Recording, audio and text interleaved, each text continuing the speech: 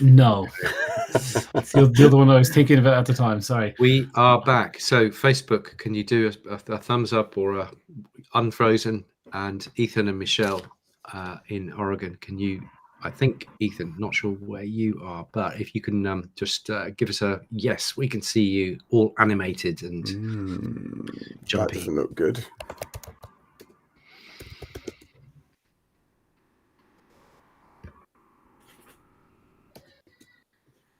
It's always the way, isn't it? Just when we've got something meaty to talk about as well. Yeah. Yeah.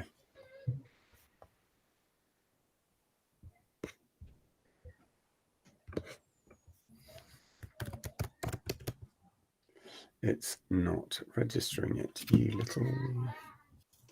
We cannot connect your server. Good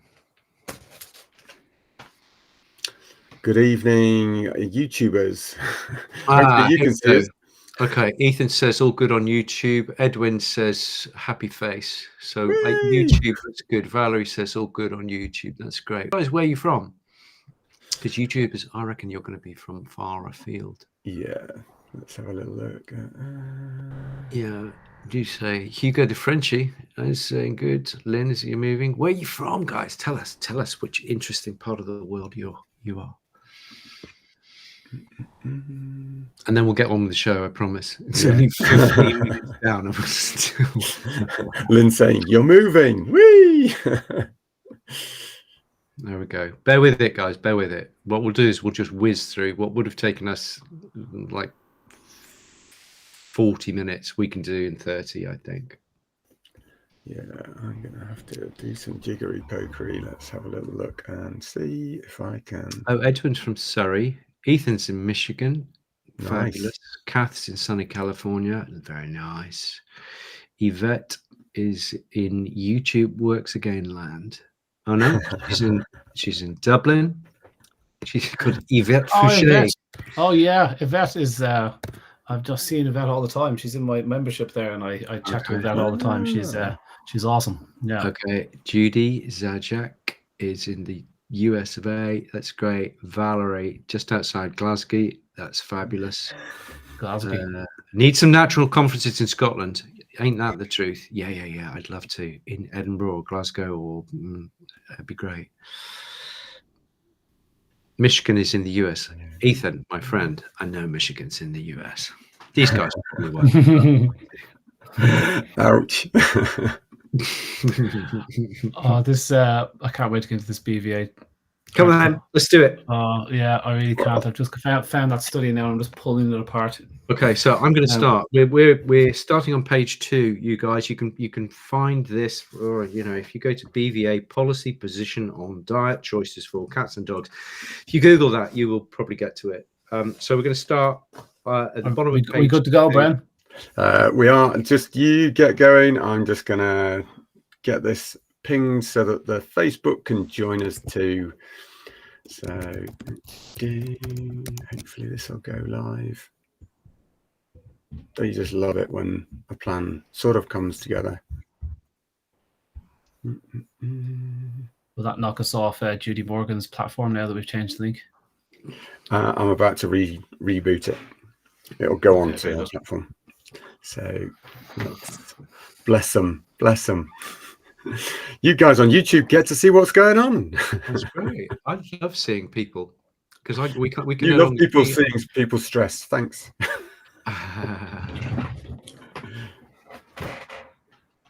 Carol's moved over from Facebook because it wouldn't restart, which is interesting.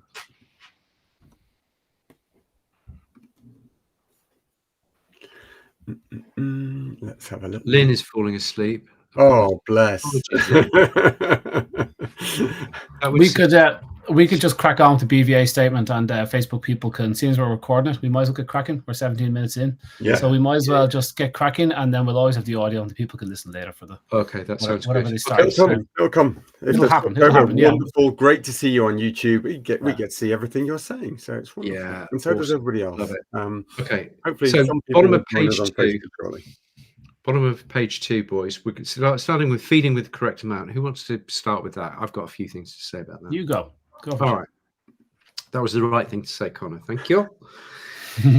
This is all predicated, and they've been talking about this for a while. I remember having a back and forth with Mike Davis, and he was saying it's all about how much you feed, and I was saying if it was easy as that, there would be no obesity or overweight problem in the UK. People would go to their doctor, and the doctor would say, "Oh, just eat 200 grams less of this, this, and this," and they would be cured. It is the most ridiculous thing in the world. Obviously, if you eat 14 kilos a day and you know you're a small dog, yes, that will.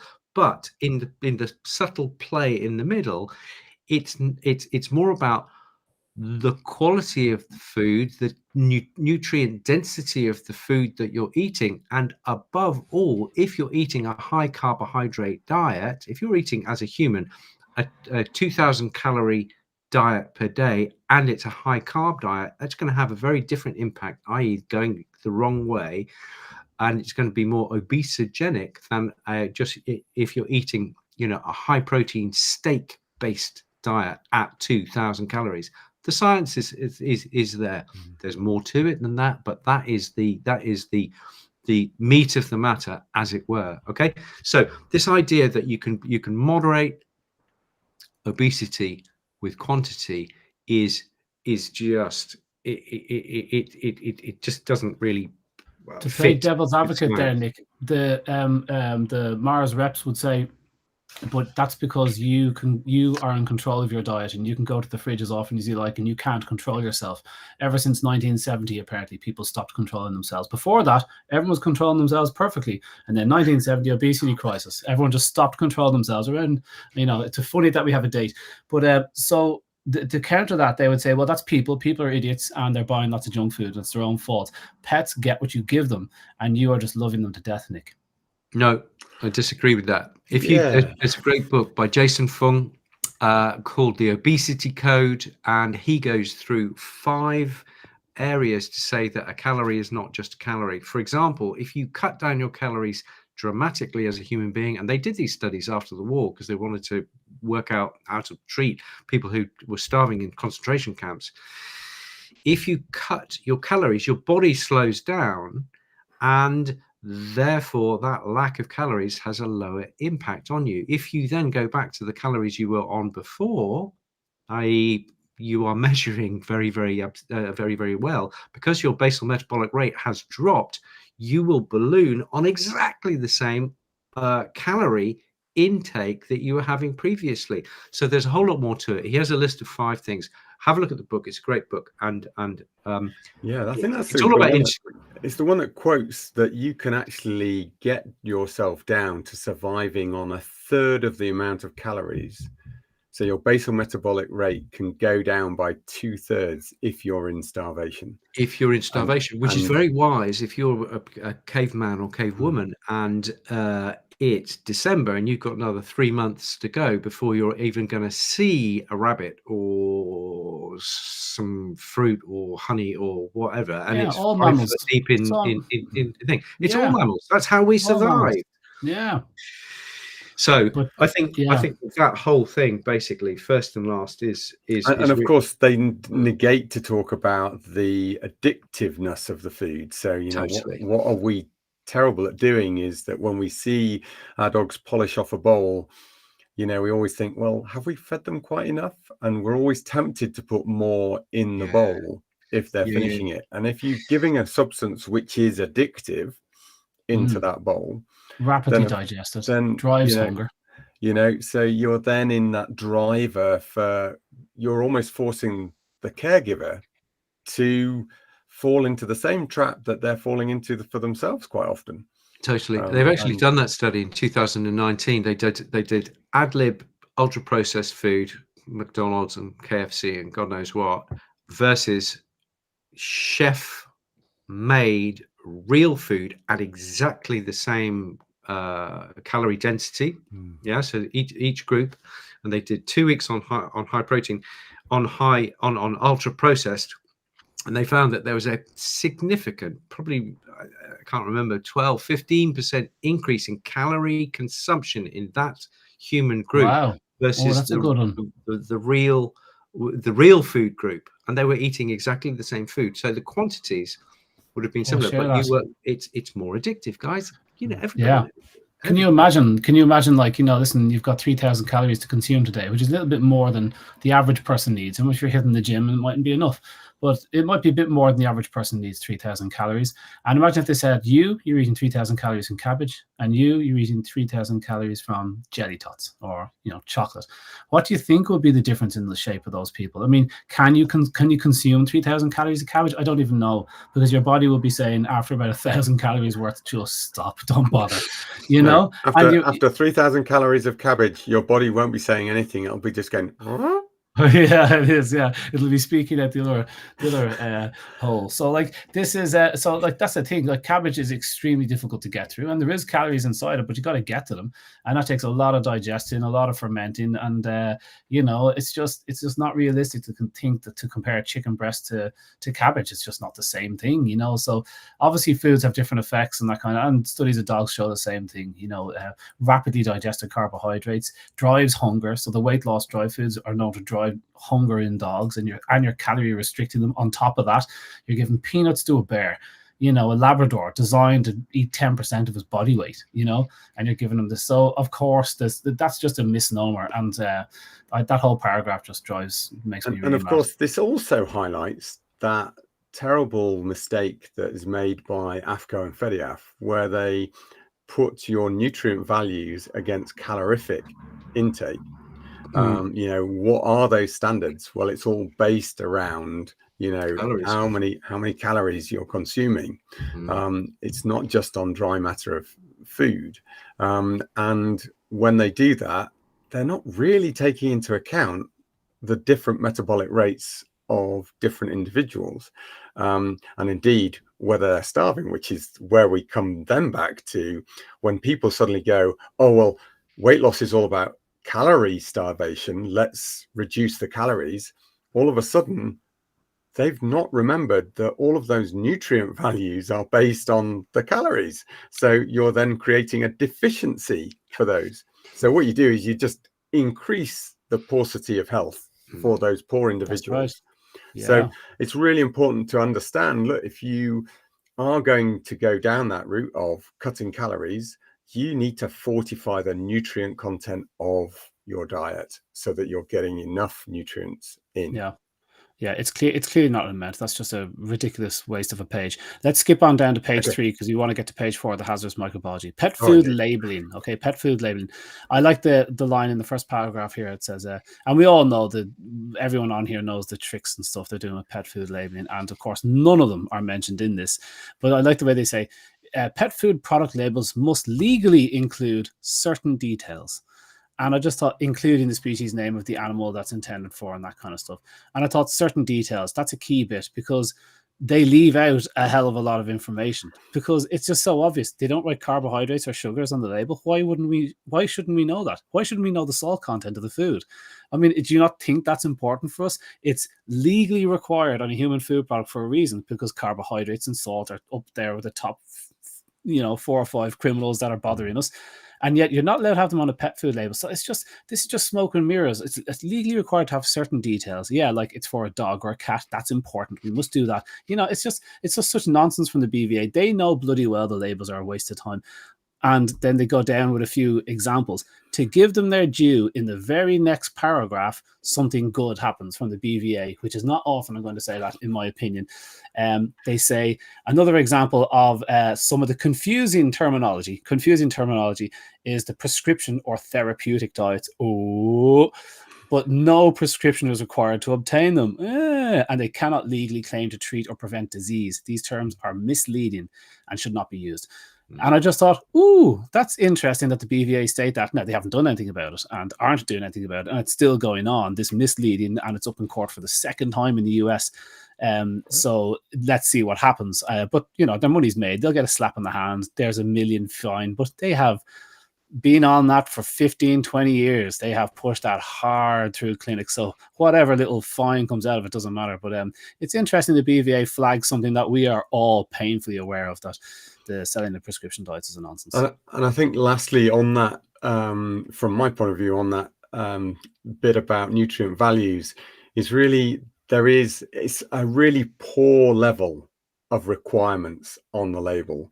And in this day and age, when you can link quite easily through to far more detailed information about what's in the food, help your pet nutritionist, help you if you're feeding your own pet with understanding, and not, you know, to highlight the issues, the downsides to just formulating and making assumptions that the formulator has got it right for the ingredients you're using. Yeah, I can't stress this enough. The amount of work that I've put into looking at matching formulation to actually output and understanding the seasonal variation and what can impact that. And then, you know, seeing companies that are willing to say, oh, we get over the line by just using natural ingredients. No, using farmed ingredients actually is what you mean. And also, I know that you're using a formulator. You have not checked that food to know that there is exactly what there should be, not just getting over the line as a minimum, but actually optimizing health with nutrition. There is a universe of difference between those two. And, you know, a great friend of ours gave a great speak back in Barcelona about why not just kibble foods, but even some raw food companies out there are not really engaging with saying we're food testing and we can release to you the nutrient values of our food, and that yes, it varies seasonally, but we will maintain you in a healthy optimum. You know, I think that's really what we should be asking for this day and age. You know, we want people, or at least to accept that, look, if you've got variance, that where is that variance, so that there are people who want to reach for a supplement to optimize nutrition. I mean, some of these companies also make me smile because they sell supplements to optimize their food. Well, if they were truly giving a healthy excess of nutrients within that raw diet, why are they selling supplements? They shouldn't need to. Yeah, that's a fact. Yeah, that's true. The and people want to talk about supplements. They want their natural products to be doing everything from their ingredients. But yeah, like you said, any company that is doing that is rarely, if ever, you know, putting those through the laboratory and making sure that they're hitting their bits and pieces, or maybe they are. But yeah, that is a very interesting conundrum that shows, you know, shenanigans all over the place to get over the line. But the problem is that people are holding these AFCO profiles up and complete and stuff, and raw dog food producers who are far more learned, in my opinion, and care more about the nutrition, I would say, of course. They look at these AFCO profiles and they know it's a nonsense, but they got to play the game, and so then a little bit of nonsense can come into it as well. So that's definitely a problem. Or can we get down to the hazardous microbiology bit? We can. I think so. I'd agree with recommendation 3, which is we all need to lobby food companies to be better with giving us information about what they put in their food. Yeah. So. Yeah. Okay. Hazardous microbiome. Page 4. Safety of ingredients. Safety of ingredients. Brady, you're chomping at the bit. I am. It's like, listen, safety of ingredients. Did anyone think that they might mention dry dog food in any of these paragraphs? No, it's completely safe. It's never had salmonella. Safe. Never had vitamin D issues. Never had melamine issues, and it hasn't killed tens of thousands of dogs. Aflatoxin on a regular basis, and keep it off the balance. Nutritional deficiencies and excesses, and all the time. And also the fact that more humans get infected from with salmonella from dry dog food than they do raw dog food. We're up at about 140. Most recent case there last year over in the US. 7 children in 6 different states. All from dry dog food, different dry dog food products. None of these are raw fed dogs. So we know that the body count doesn't back it up either, sadly, and they keep on warning people about raw dog food. So it stinks. And again, guys, this has nothing to do with the fact that the BVA is cash sponsored by the biggest dry food producer on the planet. Okay, it's nothing to do with that.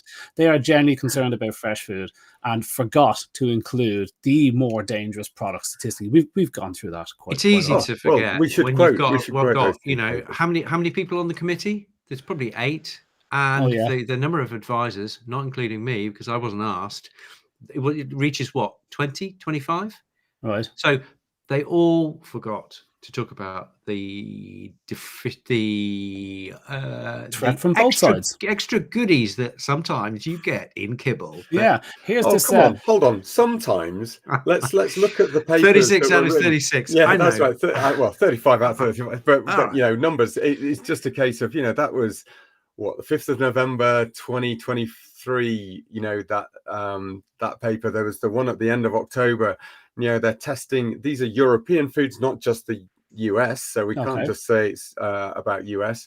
European dry foods, was it? Yeah, it was. And they found all of them were contaminated, not with everything, but all of them were contaminated. With pathogens. You know, if there's a kill step, then post that kill step, something has managed to get back into the food, and people have made an assumption. Risk to humans, wasn't that the kind of term? Right. Yeah.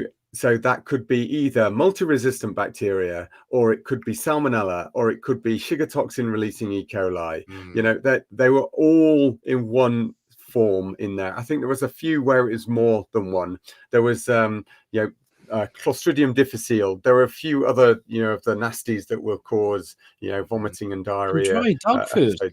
Yeah, why would 35 out of 35? That seems like a remarkable failure rate. How come the BVA didn't report that in this document? It's amazing, isn't it? It's a little bit like they didn't report the whole thing about the balance and the fact that most of the complete foods weren't complete. Yeah, but anyway, Mike Davis, 2017, University of Nottingham. That's it. For such a guy that's anti-fresh, it's an interesting study that he put out, because it completely annihilated his own thing. So I would like to say, look, everything in life is a risk, and Nick loves his underpants story, and I'm not going to let him say it again. But I think everything in life has a risk, absolutely. But somebody even asked me this just the other day, and actually their dog was more at risk of traveling to the surgery in their car than it ever would be from being fed raw. Nice. Okay, so can you back that up? Can you back that up with figures? Well, look at the number of road accidents that there are, and then you look at the percentage of Good. You know, from a point of view of where do you go with that? You know, if you're looking at the national you know, health and safety does its whole listing of what's most likely to kill you, you know, from climbing a ladder to DIY to putting your underpants on. Yeah, 7 a year in the UK. There you go. 7 a year. 7 a year are injured putting pants and underpants. I think initially I thought you meant it's not just boys. I mean, initially I thought you meant a microbiological concern from your underpants. That's a rich study to be doing. That's an interesting PhD. Look, this is this paragraph. This is this paragraph from the BVA. Okay, an issue which is particularly concerning vets. Reference. And that was a BVA survey of vets. Yeah, I'm not surprised vets are concerned about hazardous microbiology, because groups like the BVA, who are cash funded by the Mars Inc., and RCVS, who are also cash funded by all the usual cronies, they are pushing this very hard. So vets are alarmed about hazardous microbiology. So that bit is one of the first truthful things they said. It's just why the vets are worried is the concern. Is that an increase in raw feeding could pose a risk to animal and public health due to the potential presence of pathogens and bacteria which would normally be killed during the cooking process. But as Bren just said, 35 out of 35 dry foods completely failed. So that is completely not accurate. They have left out vital information to say dry foods are failing all over the place. And then they say many studies have highlighted potential risk factors of raw feeding. Potential. and they go with raw meat diets can harbor pathogenic and zoonotic bacteria. And they list a few studies, and fair enough, they do. And some of the studies, some of the products are quite high in hazardous microbiology, and you go, bloody hell, that is crap. That stuff, I mean, that company should be contacted and they should have to recall and all the other usual things that go with that. Nobody's standing over that. So yes, they found 5 or 6 studies. I could drum up 10, 15, 20 studies showing E. coli when it's tested for salmonella. It's one of the top reasons. Dry food is recalled more by weight. It accounts for about over 90% of the dry food recall or pet food recalls in the US by weight is salmonella in dry pet food. So you can Google anything and you will find that there's hazardous microbiology, but they leave all that out. Their second point is the most telling. They say, as always, they've got to say a link to humans because we know humans are being poisoned by dry dog food, 140 of them, half them toddlers under 2 years of age. So they need to come up with a human example, and they list this doozy of a study, a link with a UK outbreak of Shiga toxin producing, STEC we'll call it from now on, producing E. coli in humans. Now, STEC is the one that'll lay you on your ass. And they're suggesting here that raw dog food is poison to human, okay? Let's just cut to the abstract of that study, okay? Please just listen to this abstract, okay? Which is good. So it is absolutely glorious. In August 2017, a cluster of 4 persons infected with genetically related STEC was identified, E. coli. These strains possessed the STEC Shiga toxin subtype, a toxin known to be dangerous. Interviews with cases revealed that 3 of the cases had been exposed to dogs fed on a raw meat-based diet, specifically tripe. So 3 of the 4. So 1 of them wasn't. Okay, so there goes 1. So specifically tripe, 3 of them were exposed to a dog. They didn't live with the dog that was raw fed.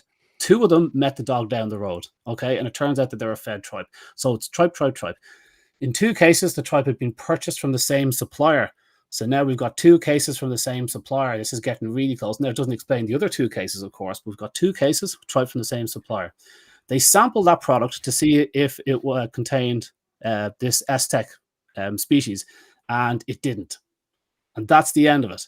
STEC was isolated from 1 sample of raw tripe, but it was different from the strain causing illness in the humans. So that is the end of it. It's like they tested the tripe, and they found no tripe had the STEC, the exact species causing sickness in the humans. But the 4 humans, which they didn't mention, okay, so the title, just to read out the title of that study again. So they tested the tripe, they didn't find a link. Only 2 of the 4 had even touched the dog. And it says the title again, a cluster of Shiga toxin producing E. coli highlights raw pet food as an emerging potential source of infection in humans. No, it doesn't in the slightest. It completely said it didn't. They tested the raw dog food. It didn't have that toxin in it. But what all 4 people did have in common is that they were all eating raw carrots. And studies show in the UK, STEC infections from food, the top food source of that, raw carrots. Raw carrots is one of the top food sources of STEC infections in humans. So they tested the raw dog food. They found no link. All 4 of these people were eating raw carrots, one of the top causes of STEC infections, and they didn't mention that at all in the abstract. The abstract was raw may be dangerous. That was their evidence. What is really annoying is that actually, and we talked about this previously, but the fact that they covered that with the wrong title means that actually those people that got seriously ill, hospitalized, and I believe there was a fatality from eating lettuce, which was infected with E. coli, could have been prevented if they'd have taken note of the fact that the carrot could have been the source of that. And they should have changed the farming. They should have changed what happens to that salad. But no, because they were beating up on raw meats, they missed an opportunity to save lives, really save lives, and actually change how we treat our salads, with a view of, what are we putting on them? Are we putting a probiotic wash in there? All of that has been missed because of this inane, I want to just nail raw food. That's it. And, raw meats. Totally. So that's the one study that, like, it's such a weak study. It's so useless. It says itself in the abstract. They tested it. There was no link made, and they found it was carrots. And for that to be the example that's why raw fresh food is dangerous to humans, stinks, and for them not to include, last year the FDA warned 7 children in 6 states. Kids are getting poisoned by dry dog food. Still, we know kids are getting poisoned from dry dog food. They're going into the bags, and they don't mention that in the article. So for the BVA to go on about, we care about sustainability, we care about the environment, we care about people and dogs, it is utter bullshit. Tens of thousands of pets being killed by dry pet food, lots more humans and kids getting harmed by dry pet food, and it doesn't even make their little bullet points. They hold up the one shitty example that doesn't link raw dog food. Not that raw dog food won't, as eventually someone's going to get harmed by it's raw meat. Of course it might happen. We're not saying it won't. But to leave out the other side, stinks from the BVA, who are cash funded by Mars Inc. But it should be a real risk. It shouldn't be this could be a risk. Yes. They should be looking, and there's some great surveys out there. The 95,000 years of experience, and you've got the 6 possible links to foodborne pathogens over millions of meals. And we're then sort of like, there are surveys out there. They've used surveys. Why won't they use the surveys that give them real risk, not possible risk? Okay. Yeah. And actually, whenever they're reporting on any future bacterial risk, I think it should be actually a requirement of those people scaremongering to actually say, however, in real terms, this is the actual risk, and compare it to something that the general man on the street or woman on the street could understand, such as getting in a car, or crossing the road, or putting their underpants on in the morning, whatever it is that they think that the normal man in the street can compare it to. We should totally do that. We should do the list of risks, and we see if we see where the risk from that study that was by Helsinki University, 16,500 respondents, millions of pet meals, because I was looking back over, have you ever had an issue in all your dogs? And so incredible, and the figures that they came up with were replicated by New York when Desicrantis and them did it with 2,500 or so people. Similar figures, incredibly rare. We should totally do that list. And that point being that actually that risk, that real risk for those studies, for the surveys, was actually multiple factors. So it wasn't just one E. coli, it wasn't just one salmonella. Right. Okay, it combined all of those, and that's what made the 6. So we don't know what single issue was the main problem within those, I don't believe, but maybe it's written in the small print. But I think from a point of view of when somebody comes up with Legionnaires is a risk because you're feeding your pet from the tap, well, what is the real risk of Legionnaires in pets? Yes, of course it could be a problem. It's a bacterium that's found in water. If you're not using your water and flushing the system regularly, then of course it could be there. But realistically, how many cases are we seeing a year? And realistically, what could they do to mitigate those risks? What is it that is about that we should be looking at? Is it that there should be changes in the slaughterhouses that would make a difference? Is there a change in the farming structures?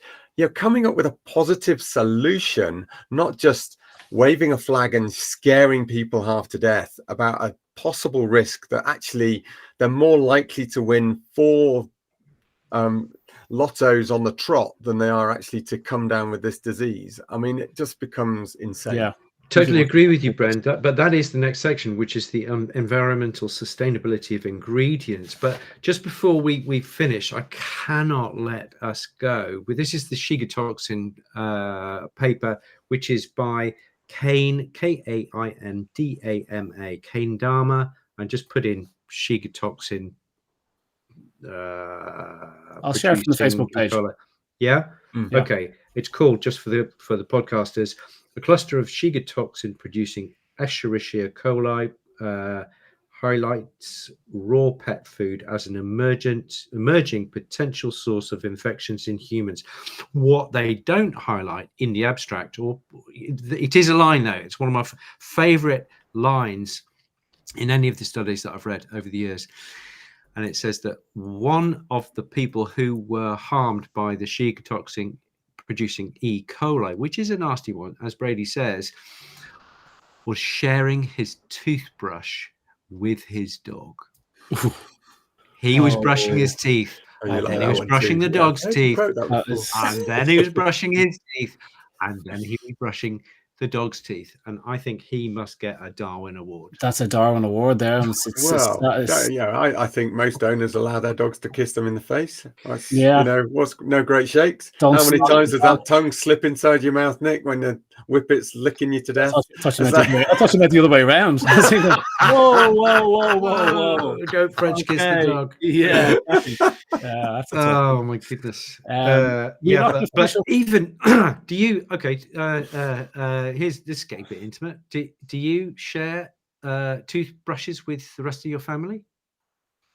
I have been known to, if I can find. Yeah, but you don't on a regular basis. Most people don't, even if you're in the same family. Yeah, there's just something. It's quite bacterial in there. I don't think I want to share them with anybody else. I'll share my kids' ones. I'll share Ellie's. If we're camping or something, I'll use anything. Me too. But generally, please rephrase that. Yeah, anything in the toothbrush holder. In fact, we have never, ever cleaned the dog's teeth. So I'll tell you that with a toothbrush. We use chews and all sorts. So but so. That is just a stunning line, and I hope you weren't having your dinner when we said that. But let's get into the sustainability, Nick, because you start us off there at the sustainability. We start. No, 1948. I know, but we were messing around for 10 or 15 minutes without even speaking to people. So maybe we should just do 5 more minutes here, or do you want to go over and do it on Patreon? Let's do it on Patreon. Let's do it on Patreon. We will gather all of the video evidence from this evening. We will republish it so that everybody can see it, whether they're on Facebook, across the pond, over on our side, even down under. You know, we're going to make sure it's out there for all of you guys. Thank you for watching. Hopefully you've taken some stuff from this that means that you will get a safer food for your pets, and actually feel that what you're feeding is already safer than a lot of stuff that's out there in sort of plastic packaging and sitting on ambient shelves. So let's have a little look at the rest of sustainability over on Patreon. If you want to know how to join us, please look at all the W's, patreon.com/raw pet medics for the price of a pint. Okay, a nice drink. I don't know, maybe Connor's on a G&T these days rather than a pint. I had a glass of wine before I came on. That's why I'm red and sweating. All right, okay. I can't drink red wine before. It just makes me glow. Yeah. Then just join us over on Patreon and support us there, and we look forward to seeing you back next week. And what have we got next week? Can you remember? No idea. I really want to get that vet on to talk about the tick products and how long it takes for ticks to infect you when they bite, and how long it takes the products to kill the tick. It's awesome. Her slides are great. We need to get her on. Let's do that. That's really good. And Karen Reed, what does TMI stand for? Am I a bit behind the times? Too much information. Too much information. On that note, see you over on Patreon, guys. All right, Take care. See you on Patreon. See you all.